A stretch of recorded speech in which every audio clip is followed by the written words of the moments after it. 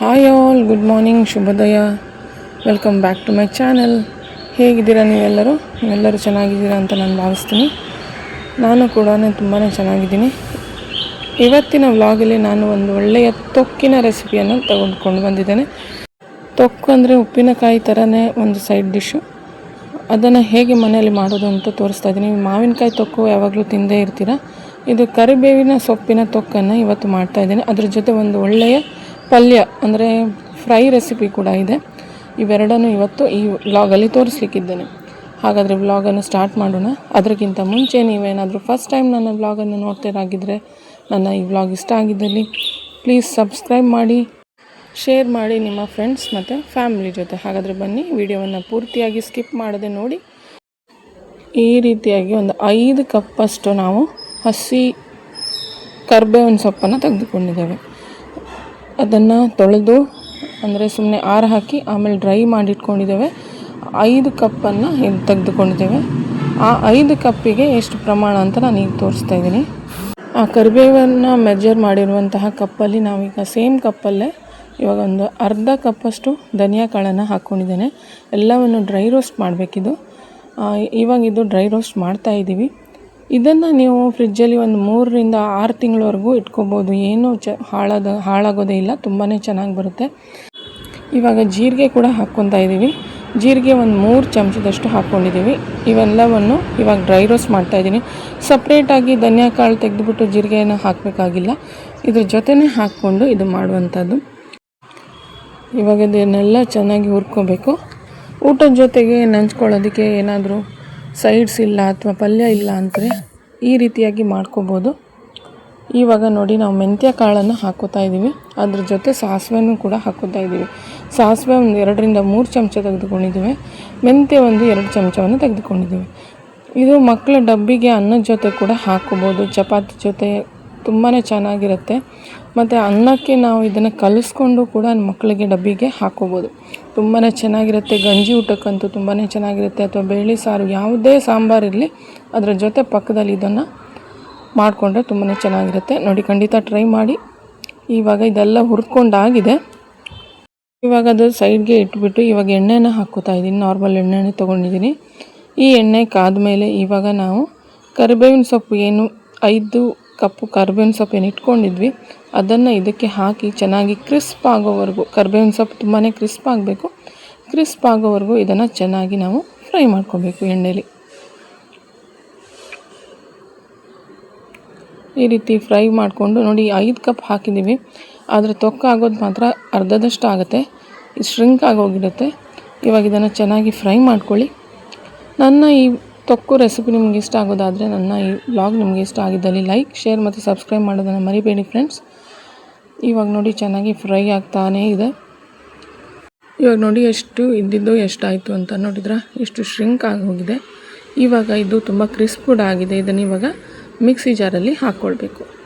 Mixie ಜಾರಲ್ಲಿ ಇವೆಲ್ಲವನ್ನು ಇವಾಗ ಹಾಕ್ಕೊಳ್ಳೋಣ. ಇದಕ್ಕಿಂತ ಮುಂಚೆ ನಾವೇನು ಸ್ಪೈಸ್ ಎಲ್ಲ ಹುರಿದಿದ್ವಿ ಅದನ್ನು ಕೂಡ ಒಂದು ಪೌಡರಾಗಿ ಮಾಡ್ಕೋಬೇಕು. ಅವೆಲ್ಲವನ್ನು ಇವಾಗ ಹಾಕ್ಕೋಬೇಕು ಇದರಲ್ಲಿ. ಅದಕ್ಕಿಂತ ಮುಂಚೆ ನೋಡಿ, ಈ ಹುಣಸೆ ಹಣ್ಣನ್ನು ಈ ಕಪ್ಪಲ್ಲಿ ನೀರು ಹಾಕಿ ನಾವು ನೆನೆಸಿಟ್ಟಿದ್ವಿ ಒಂದು ಅರ್ಧ ಗಂಟೆ ಕಾಲ. ಆ ಹುಣಸೆ ಹಣ್ಣನ್ನು ಒಂದು ಪ್ಯಾನಲ್ಲಿ ಹಾಕಿ ನಾವು ಮುದ್ದೆ ಆಗೋವರೆಗೂ ನಾವು ಚೆನ್ನಾಗಿ ಇದನ್ನು ಬಿಸಿ ಮಾಡ್ಕೋಬೇಕು. ಯಾವುದೇ ಹಸಿ ಅಂಶ, ನೀರಿನಂಶ ಇಲ್ಲಿ ಇರಬಾರ್ದು.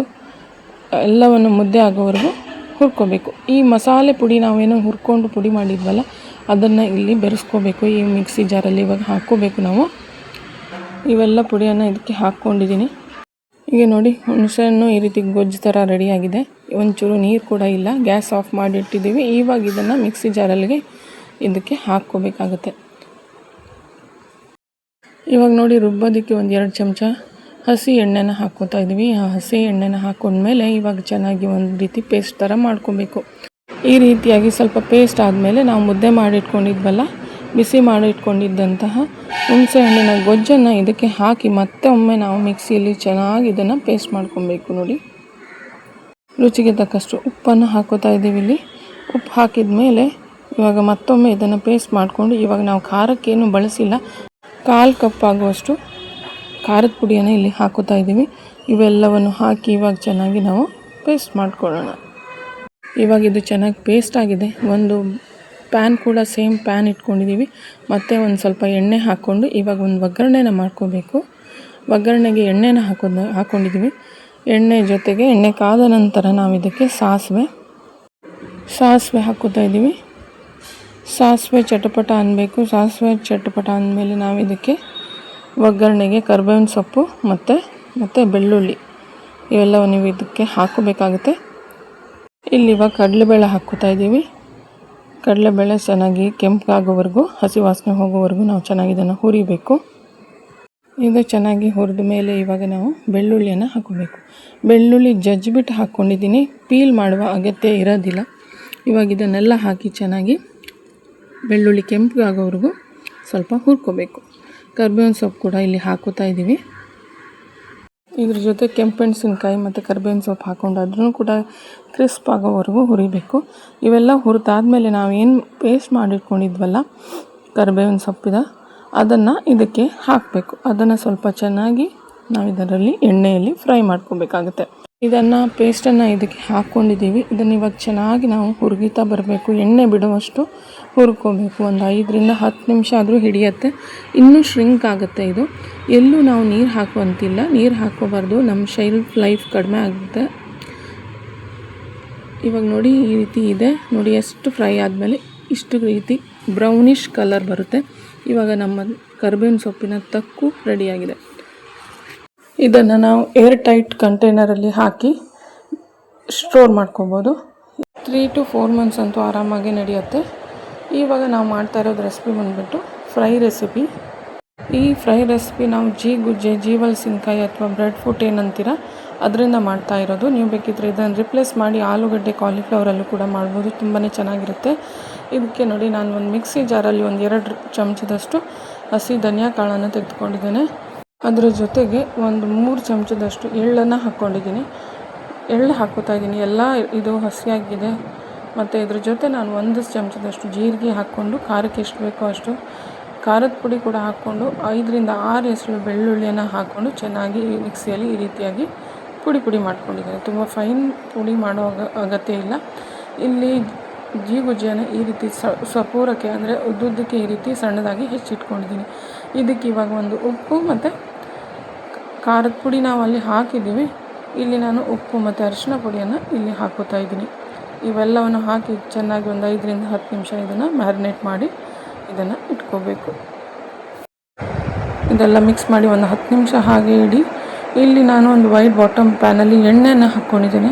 ಯಾವ ಎಣ್ಣೆ ಆದರೂ ಬಳಸ್ಬೋದು. ಈ ಎಣ್ಣೆಯಲ್ಲಿ ನಾವು ಇದನ್ನು ಚೆನ್ನಾಗಿ ಇವಾಗ ಫ್ರೈ ಮಾಡ್ಕೊಬೇಕು. ಇವಾಗ ಮ್ಯಾರಿನೇಟ್ ಮಾಡಿರುವಂತಹ ಗುಜ್ಜೆಯನ್ನು ಇದಕ್ಕೆ ಹಾಕೋತಾ ಇದ್ದೀವಿ. ಇದು ಆಲೂಗಡ್ಡೆಯನ್ನು ಕೂಡ ಮಾಡೋಕ್ಕಾಗುತ್ತೆ, ತುಂಬಾ ಚೆನ್ನಾಗಿ ಬರುತ್ತೆ. ಆಲೂಗಡ್ಡೆ ಮತ್ತು ಕಾಲಿಫ್ಲವರು ಒಂದು 2-3 ಮಿನಿಟ್ಸಲ್ಲಿ ಇದು ಬೆಂದೋಗುತ್ತೆ. ಗುಜ್ಜೆ ಫಾಸ್ಟಾಗಿ ಬೇಯುತ್ತೆ. ನೀರೆಲ್ಲ ಏನೂ ಹಾಕೋಬಾರ್ದು. ಸುಮ್ಮನೆ ಕೈ ಆಡಿಸ್ತಾ ಒಂದು 2-3 ನಿಮಿಷ ಬೇಯೋದಕ್ಕೆ ಬಿಡಬೇಕು. ಫ್ರೈ ಆಗುತ್ತೆ. ಇದು ತುಂಬ ಕ್ರಿಸ್ಪ್ ಆಗೋಕ್ಕೆ ಸ್ಟಾರ್ಟ್ ಆಗುತ್ತೆ. ನೋಡಿ, ಈ ರೀತಿ ಕ್ರಿಸ್ಪಾಗಿ ಫ್ರೈ ಆಗಿದೆ. ಇವಾಗ ಇದನ್ನು ನಾವು ಸೈಡ್ಗೆ ಎತ್ತಿಡೋಣ. ಇವಾಗ ಒಂದು ಒಳ್ಳೆ ಒಗ್ಗರಣೆ ಮಾಡಬೇಕಿಲ್ಲಿ. ಇವಾಗ ಒಂದು ಕಡಾಯಿ ತೊಗೊಂಡಿದ್ದೀನಿ. ಕಡಾಯಲ್ಲಿ ಎಣ್ಣೆ ಹಾಕೋತಾ ಇದ್ದೀನಿ. ಎಣ್ಣೆ ಕಾದ ನಂತರ ನಾವಿಲ್ಲಿ 1/2 ಚಮಚದಷ್ಟು ಜೀರಿಗೆ ಹಾಕ್ಕೊಂಡಿದ್ದೀನಿ. ಜೀರಿಗೆ ಸಿಡಿದ ಮೇಲೆ ನಾವು ಇದಕ್ಕೆ ಕರಿಬೇವಿನ ಸೊಪ್ಪನ್ನು ಹಾಕೋಬೇಕು. ಕರಿಬೇವಿನ ಸೊಪ್ಪು ಹಾಕಿ ಫ್ರೈ ಮಾಡ್ಕೊಳ್ಳಿ. ಫ್ರೈ ಆದಮೇಲೆ ಇವಾಗ ನಾವು ಸಣ್ಣದಾಗಿ ಹೆಚ್ಚಿರುವಂಥ ಈರುಳ್ಳಿಯನ್ನು ತೆಗೆದುಕೊಂಡಿದ್ದೇನೆ. 2 ಈರುಳ್ಳಿಯನ್ನು ಇಲ್ಲಿ ಹಾಕ್ಕೊಂಡಿದ್ದೀನಿ ನಾನು. 2 ಈರುಳ್ಳಿಯನ್ನು ಇಲ್ಲಿ ಹಾಕಿ ನಾವು ಚೆನ್ನಾಗಿ ಫ್ರೈ ಮಾಡ್ಕೋಬೇಕು. ಇದನ್ನು ಇವಾಗ ಚೆನ್ನಾಗಿ ಹಸಿ ವಾಸನೆ ಹೋಗೋವರೆಗೂ ಫ್ರೈ ಮಾಡಿದ ಮೇಲೆ ಇವಾಗ ನಾವು ಗುಜ್ಜೆಯನ್ನು ಫ್ರೈ ಮಾಡಿರುವಂಥದ್ದು ಕ್ರಿಸ್ಪಿ ಗುಜ್ಜೆನೇ ಇದಕ್ಕೆ ಹಾಕೋಬೇಕಾಗುತ್ತೆ. ಇದನ್ನು ಹಾಕಿ ಚೆನ್ನಾಗಿ ಮಿಕ್ಸ್ ಮಾಡ್ಕೊಳ್ಳಿ. ಮಿಕ್ಸ್ ಮಾಡಿದ ಮೇಲೆ ಇವಾಗ ನಾವು ಮಾಡಿರುವಂತಹ ಮಸಾಲೆ ಪುಡಿ ಇದೆಯಲ್ಲ ಅದನ್ನು ಇಲ್ಲಿ ಬೆರೆಸ್ಕೋಬೇಕು. ಎಲ್ಲ ಮಸಾಲೆ ಪುಡಿಯನ್ನು ಇಲ್ಲಿ ಹಾಕ್ಕೊಂಡು ಚೆನ್ನಾಗಿ ಮಿಕ್ಸ್ ಮಾಡ್ಕೋಬೇಕು. ಇಲ್ಲಿ ಎಲ್ಲ ಪುಡಿಯನ್ನು ಹಾಕಿದ ಮೇಲೆ ಪುಡಿ ಸ್ವಲ್ಪ ಹಸಿನೇ ಇದೆ, ಯಾಕೆಂದರೆ ಹಸಿ ಬೆಳ್ಳುಳ್ಳಿ ಎಲ್ಲ ಹಸಿ ಸ್ಪೈಸಸ್ ಹಾಕಿದ್ವಿ. ಇದನ್ನೆಲ್ಲ ಚೆನ್ನಾಗಿ ಮಿಕ್ಸ್ ಮಾಡಿಬಿಟ್ಟು ನಾವು ಒಂದು 2ರಿಂದ 3 ನಿಮಿಷ ಮುಚ್ಚಿ ಇದನ್ನು ಬೇಯಿಸ್ಕೋಬೇಕಾಗುತ್ತೆ. ನೋಡಿ ಎಷ್ಟು ಚೆನ್ನಾಗಿ ರೆಡಿಯಾಗಿದೆ. ಮೇಲ್ಗಡೆಯಿಂದ ನಾನು ಕೊತ್ತಂಬರಿ ಸೊಪ್ಪನ್ನು ಕೂಡ ಹಾಕಿದರೆ ನಮ್ಮ ಸೂಪರ್ ಟೇಸ್ಟಿ ಡಿಲಿಷಿಯಸ್ ಗುಜ್ಜೆ ಫ್ರೈ ರೆಡಿ ಆಗುತ್ತೆ. ನನ್ನ ಈ ಫ್ರೈ ರೆಸಿಪಿ ನಿಮಗೆ ಇಷ್ಟ ಆಯಿತು ಅಂತ ನಾನು ಭಾವಿಸ್ತೀನಿ. ಹಾಗೆ ತೊಕ್ಕಿನ ರೆಸಿಪಿ ಕೂಡ ಇಷ್ಟ ಆಗಿದೆ ಅಂತ ನಾನು ಭಾವಿಸ್ತೀನಿ. ಇಷ್ಟ ಆಗಿದ್ದಲ್ಲಿ ಲೈಕ್, ಶೇರ್ ಮತ್ತು ಸಬ್ಸ್ಕ್ರೈಬ್ ಮಾಡಿ ಫ್ರೆಂಡ್ಸ್. ನಾನು ನಿಮ್ಗೆ ಸಿಗ್ತೀನಿ ಇನ್ನೊಂದು ವ್ಲಾಗಲ್ಲಿ. ಅಲ್ಲಿಯವರೆಗೂ thank you for watching and bye.